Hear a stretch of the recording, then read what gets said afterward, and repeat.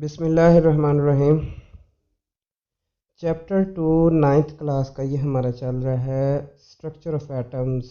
Chapter का name है। आज हम जो टॉपिक पढ़ेंगे वो है production of canal raise and discovery of neutron. Production of canal raise में ये 1886 में गोल्डस्टीन नामी एक साइंटिस्ट था, उसने ऑब्ज़र्व किया कि जब हम कैथोड रेज जनरेट कर रहे होते हैं तो कुछ दूसरी रेज़ भी होती हैं जो कैथोड रेज़ के बिल्कुल मुखालफ सिमत में जो हैं वो ट्रैवलिंग कर रही होती हैं। अच्छा, ये उसने कैसे नोटिस किया? उसने ये तब नोटिस किया जब उसने डिस्चार्ज ट्यूब में परफोरेटेड कैथोड इस्तेमाल किया। परफोरेटेड कैथोड एक ऐसा कैथोड होता है जिसमें सुराख होते हैं, और उसने ये ऑब्ज़र्व किया कि कुछ शुआएं ऐसी हैं जो परफोरेटेड कैथोड से पास कर जाती हैं और जो एनोड के बिल्कुल मुखालफ सिमत में जाकर मुखालफ ऑपोजिट जो है वो वॉल पे जाके ग्लो पैदा करती है, और उसने इनको कैनाल रेज का नाम दिया। अब कैनाल क्यों कहा? क्योंकि ये जो परफोरेटेड कैथोड है, जो सुराख, उनको हम कैनाल्स भी कहते हैं। तो ये शुआएं उनसे गुजर गई तो उनको उसने कह दिया कि ये कैनाल रेज भी हैं। क्योंकि ये शुआएं जो हैं इनके ऊपर पॉजिटिव चार्ज था, तो इस वजह से इनको हमने क्या कह दिया? Positive raise. अब ये आपके सामने एक डायग्राम है।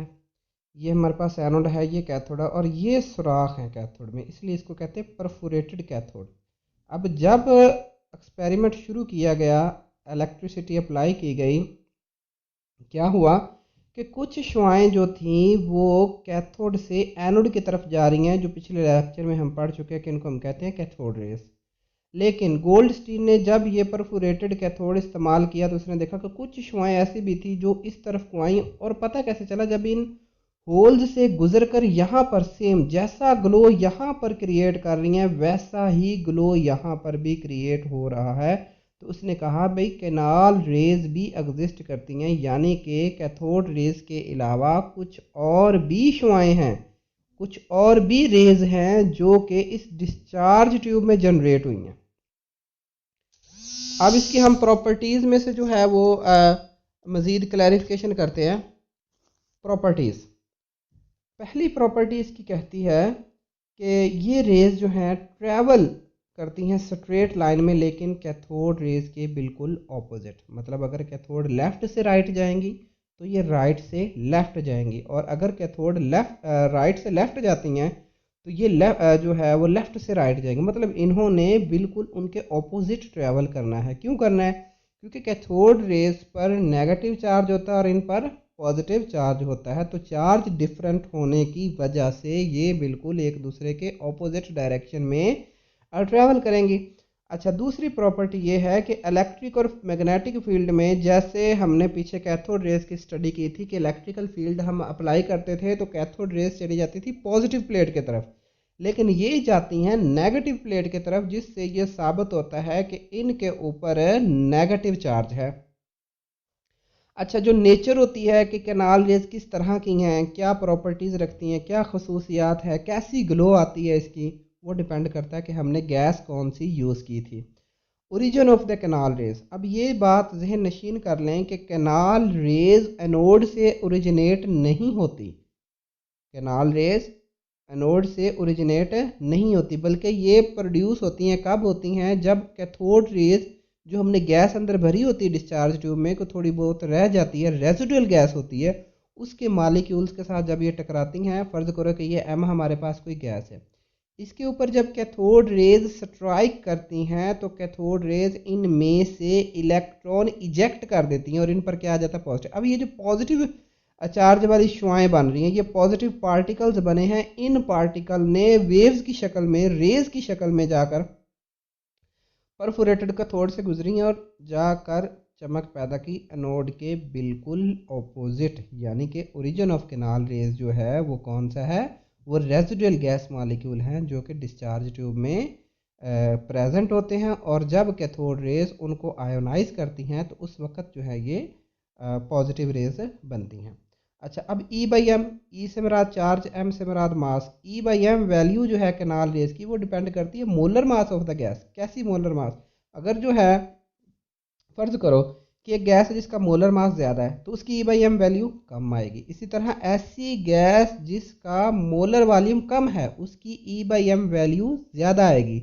कहने का मतलब ये है कि जो केनाल रेज होती हैं ये टोटली डिपेंड करती हैं कि आपने कौन सी गैस जो है वो डिस्चार्ज ट्यूब में यूज़ की है। जैसी गैस उसी हिसाब से केनाल रेज होंगी। It varies from gas to gas, मतलब मुख्तलिफ गैसों के लिए ये जो E/m वैल्यू है ये मुख्तलिफ ही होगी।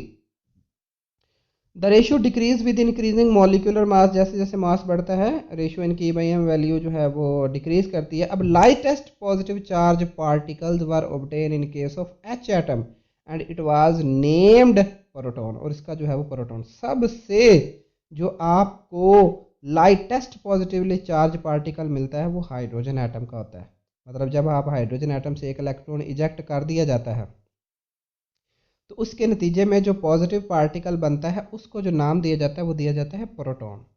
तो mass of other particle was found to some simple multiple of the proton, और प्रोटॉन से ही फिर मुआवजा कर लिया जाता है क्योंकि सबसे लाइटेस्ट ये है कि फ़र्ज़ करो अब आपने हाइड्रोजन गैस यूज़ की है, फिर आपने जो है वो हीलियम गैस यूज़ किया। अब हीलियम गैस से जो पार्टिकल होंगे उनका हाइड्रोजन के साथ कंपेयर कर लिया जाता है कि कौन सा इसमें जो है वो E/m वैल्यू ज़्यादा रखता है और कौन सा कम रखता है। डिस्कवरी ऑफ न्यूट्रॉन, 1920 में रदरफोर्ड ने जो है ये एक बात कही कि कुछ न्यूट्रल पार्टिकल्स भी जिनका मास बिल्कुल प्रोटॉन के बराबर है वो एटम में होने चाहिए। अब इस बंदे ने 1920 में ये बात कही और मुख्तलिफ साइंटिस्ट ने जो है वो इस बात पे तहकीक करना शुरू कर दी, लेकिन चैडविक जो था साइंसदान वो कामयाब हुआ जब उसने 1932 में न्यूट्रॉन दरियाफ्त कर लिए। अब इसने न्यूट्रॉन कैसे डिस्कवर किए, इसने ये अल्फ़ा पार्टिकल इसने बेरिलियम पर मारे तो कार्बन का एटम और साथ हमारे पास कुछ पार्टिकल निकले जो कि न्यूट्रल थे, और ये हाईली पेनेट्रेटिंग रेडिएशंस थी, बहुत अंदर तक मादे के चले जाते हैं ये न्यूट्रॉन्स। अब प्रॉपर्टीज़ में हम इसको मज़ीद एक्सप्लेन करते हैं। दे कैरी नो चार्ज, इनके ऊपर कोई चार्ज नहीं होता, ये न्यूट्रल होते हैं। They are neutral. अच्छा, they are highly penetrating particle, ये किसी मादे के बहुत अंदर तक जाने वाले पार्टिकल्स हैं। Mass of neutron is nearly equal to mass of the proton, mass जो न्यूट्रॉन का है वो प्रोटॉन के बिल्कुल इक्वल है।